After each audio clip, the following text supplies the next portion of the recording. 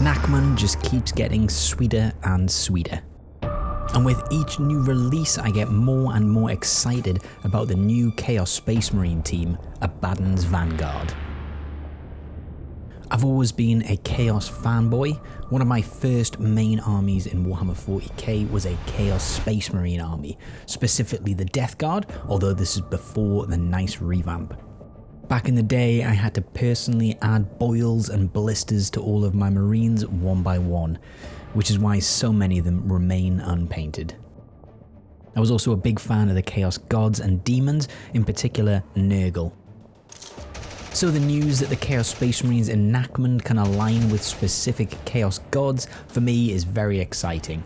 Although indecision is not going to be unrewarded this time, and those who want to sample the diet version of all gods, dipping their toes into the heady delights of hedonism while foretelling future events of barbaric slaughter and opting out of all hygiene, you still can. Chaos Undivided also get a nice little bonus. So with all flavors of Chaos accounted for, I wanted to hit the ground running with the new Chaos Space Marine Nachmund team. So far, all I've painted of the non-compendium teams are the Veteran Guard and the Wormblade teams, which I only really did so I could use them in my narrative campaign, of which you can catch the first episode here. Shameless, sir! You self-promoting shell! Much like the Pathfinders before them, the Chaos team will be an additional sprue, giving us some extra options to make specialists specifically for Kill Team.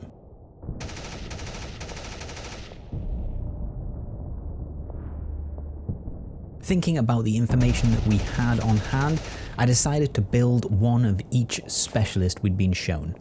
The artwork so far has shown us 10 minis in total, but I'm assuming the full team will probably be 6 operatives max. Hopefully each operative will be able to be taken, and the more chaff units will just be options, much like the veteran trooper in the Vet Guard team. The new update that dropped recently gave us more details on the specific marks of Chaos. Now, it's important to note that the Chaos Gods don't play well together. If you opt to take any Khorne operative, that means you can't take a Slaanesh one. If you choose to bathe in the light of change with a Tzeentch operative, then you pull the plug on taking a Nurgle one. Are you for real? That line made the final cut? What did you throw away? Khorne operatives get Wrathful Onslaught, which means if you fail to get a crit, you can promote a normal hit to a crit. They also get the strategic ploy Blood for the Blood God, which gives charging Khorne units +1 damage on their first strike. Doesn't look like it specifies crits or not, so this would presumably be either a crit or a normal hit. Nurgle operatives get Disgusting Vigor, which means against shooting attacks you can boost a normal save to a crit save. The Nurgle strategic ploy is Implacable, but it has nothing to do with marching or the Necrons, which means for that turn Nurgle operatives are not injured, and they ignore modifiers to both their APL and ballistic skill during Overwatch. Slaanesh get Unnatural Agility, which grants them an additional 1 inch of movement, and the Graceful Killer strategic ploy, which ups the damage of their melee weapons by 1 for the turn. Tzeentch get Imperial Guidance, continuing their long unbeaten streak of hard to pronounce special rules, which gives them basically lethal 5 on a shooting attack, but just for 1 dice. Their strategic ploy is Etheric Ward, which gives every Tzeentch operative a 4+ invulnerable save, which on paper seems amazing. But thinking in terms of Kill Team, it probably just means that the heavy weapons or special weapons would just target another unit instead, but that could be key for keeping that unit alive against ranged attacks.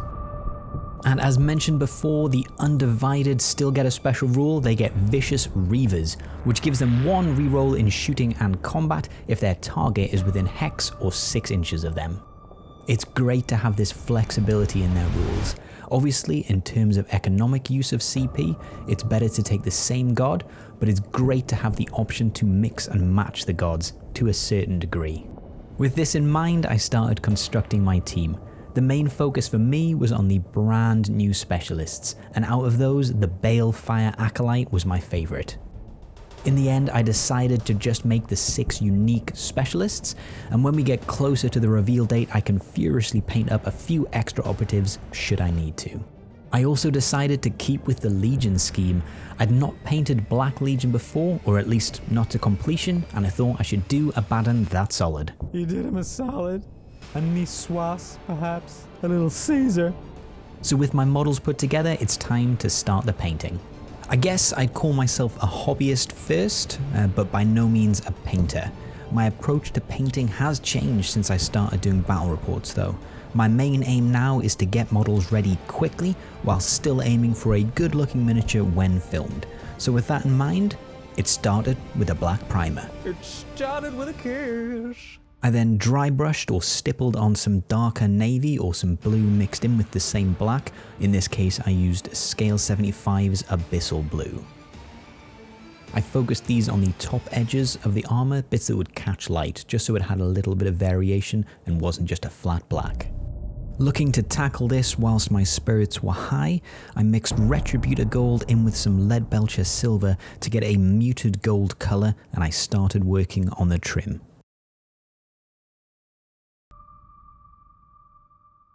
With the Lead Belcher still on my palette, I started blocking out the parts of the model that I wanted to be silver, like the chainmail and parts of his axe. I'm being pretty rough with the painting at the moment. I'm not going for super smooth layers, most areas only getting a single coat right now, as the whole model is going to get dirtied up later on. In true Black Legion fashion, I'm painting the tabards red. For the first layer I'm using a dark red, so a corn red from Citadel or a gory red from Vallejo would work. This guy feels a little corny, so I'm going to be putting some of the same red on his improbably big double-handed chain axe. For the haft of the axe and the bindings, I'm going to be using brown. In this instance it's Proacryl Dark Golden Brown, and it's the same brown I'm using for the pistol holster, pouches, straps and belts. Next up, I'll be painting all the skin tones on the models, and for the base I'm going to be using a dark reddy brown. Any maroon will do, but I'm using Scale 75's Indian Shadow, and I am applying this in thin coats to get a smoother finish. As the main focus area for most models, I do generally spend a little bit of extra time making sure the faces look good on the minis. This is always helped by starting with a great smooth base coat. Before moving on to the wash stage, I'm just going to paint in a few extras like any grenades. Once that's done, I'm going to go back in over the skin tone, this time mixing in a lighter colour with the base coat colour just to lighten it a tad, and then cover over most of the original base coat, focusing on the top of the head, the brow, nose, chin and cheekbones on the face. For this I'm using Scale 75's Pink Flesh mixed in with Scale 75's Indian Shadow. It's looking a little bland at the moment, there's no contrast, everything's sort of flat, so we're going to hit the whole thing with an oil wash, mixing in a little bit of blue with some black oil paint and then watering it down with some turpentine. This then gets applied all over the model with the exception of the skin. The Chaos Gods stole my normal light photo of this bruiser, but if you're looking for tabletop ready, then this would probably work fine. Most models don't get anywhere near this close to your face when you're just playing with them. If you wanted to take it a little bit further, you could slightly wet a cotton Q-tip or the end of an old synthetic brush with some turpentine or white spirit and gently wipe away some of the black oil wash from areas that you'd like to bring some of the original colours back on. I'm doing this on the top of shoulder pads, edges of silver and gold areas, and on the red cloth, leaving the recesses alone.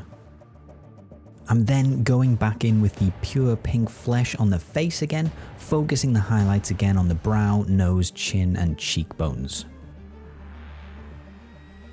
To bring back some shine and luster to the gold trim, I'm using a light silver gold, in this instance Liberator Gold from Citadel, focusing on areas where I want the gold trim to shine a bit brighter.